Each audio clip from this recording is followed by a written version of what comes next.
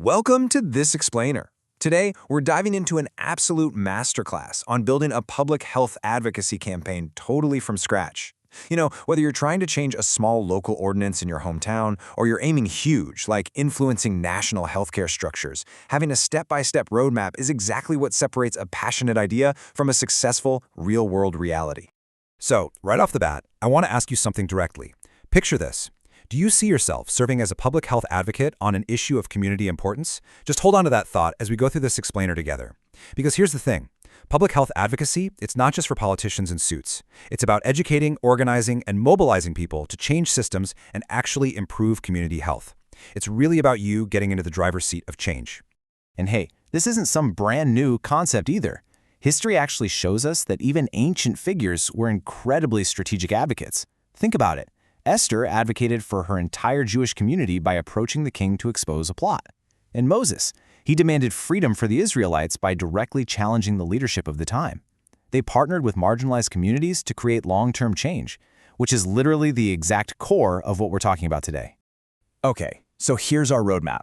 We're going to cover the types of policy change, the strategy framework, steps for building coalitions, how to craft strategic messages, and finally, your action plan. Let's jump in. Starting with Section 1, Types of Policy Change. We need to understand the landscape we're working in. Policy changes usually fall onto a bit of a spectrum. On one end, you've got incremental change. These are your smaller, gradual adjustments. They don't tear down the whole system, they just kind of tweak and refine it. Think about adding a tax to unhealthy products like sugary sodas, or maybe expanding a current health insurance program to cover a few more people. But then, on the exact opposite end, you have transformative change. And this is the massive, paradigm-shifting stuff. We're talking major structural modifications that totally redefine the game, like introducing a universal healthcare system or bringing in nationwide carbon pricing. But, we also have to account for the totally unpredictable. And that brings us to emergency change. These are rapid policy adaptations responding to unforeseen events or crises. Unlike the planned stuff we just talked about, these are purely reactionary. You have to implement them on super short notice just to mitigate immediate risks. We all lived through a perfect example of this recently. Public health regulations, lockdowns, and mask mandates during a sudden pandemic, or even temporary housing programs popping up right after a natural disaster. All right, moving on to Section 2, the Advocacy Strategy Framework. Now that we know what type of change we're aiming for, we need a plan. Think of this strategy framework right here as your campaign's ultimate blueprint. It maps out exactly what you need for a rock-solid advocacy strategy, making sure your whole approach is targeted, driven by evidence, and, most importantly, adaptable. This framework basically forces you to be systematic. You have to start by defining a very specific goal before you spend a single dime. Then, you dive deep into analyzing your audience and the issues. Only after all that do you actually craft your messages and pick your tactics. It's a continuous loop, really. Allocating resources, hitting your timeline, and constantly evaluating your progress to make sure your whole movement stays sustainable for the long haul.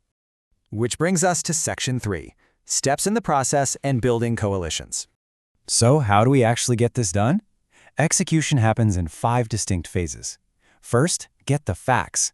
You need hard data to back up your case. Second, use that data to build your support and form a coalition. Third, make a concrete plan with clear goals.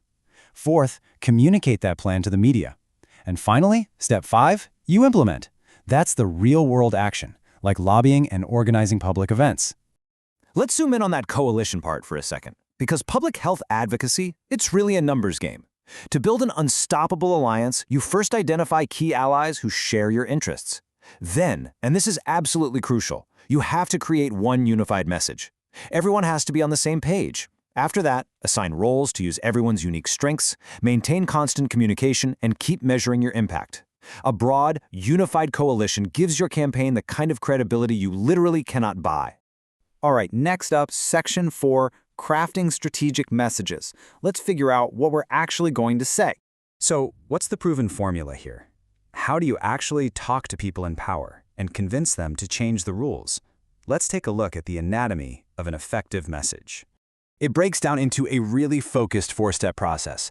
First, identify your audience. Who specifically has the power to make this change? Second, define the objective. What exactly do you want them to do? Third, build the actual message. And fourth, always test and adjust that message based on the feedback you get.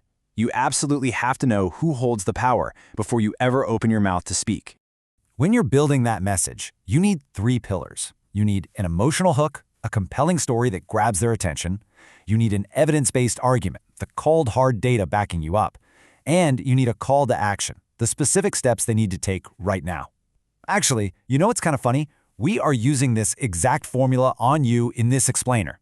We used historical stories as an emotional hook earlier. We're giving you all the evidence right now, and believe me, we've got a call to action coming up at the end. And that brings us to our final phase, Section 5, Elements of an Action Plan. This right here, this is your screenshot moment. This is your launch checklist.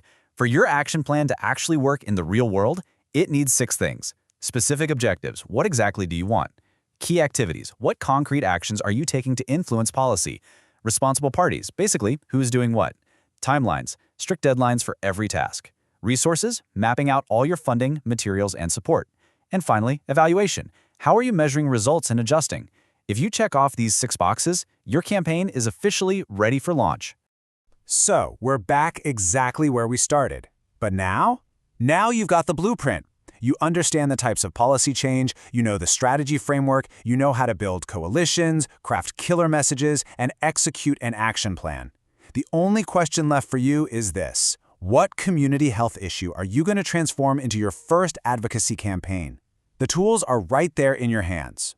Thank you so much for joining me in this explainer today, and I really hope you're feeling empowered to step up and make a real impact in your own community.